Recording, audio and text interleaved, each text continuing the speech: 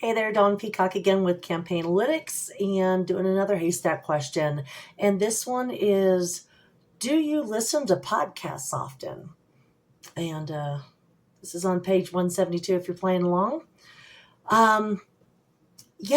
We hear a lot about right-wing podcasts, and then on the left side, we have Pod Save America, we have the Midas Touch, and several others. But I was surprised that it was literally even with yes and no for if you listen to podcasts. And then I looked into it a little bit, and the one congressional district with the most podcast listeners is Denver.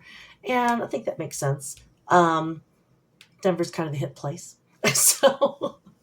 So lots of podcast listeners there. And then the one with and most of the podcast listeners in Denver are Democrat or nonpartisan. Very, very small number in the Republican. The highest district with Republican podcast listeners is Congressional District 4, Boberts.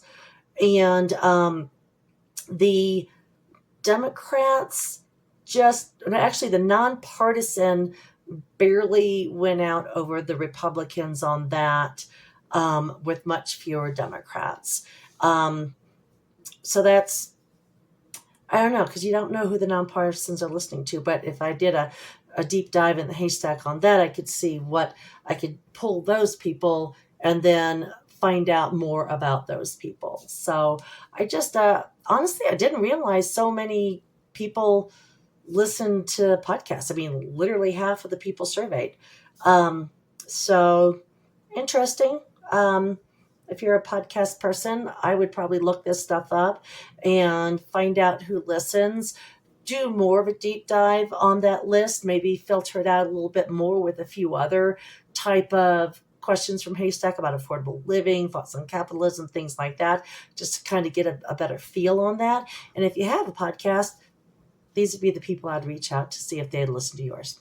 So hope you're having a great day, and I'll see you next time.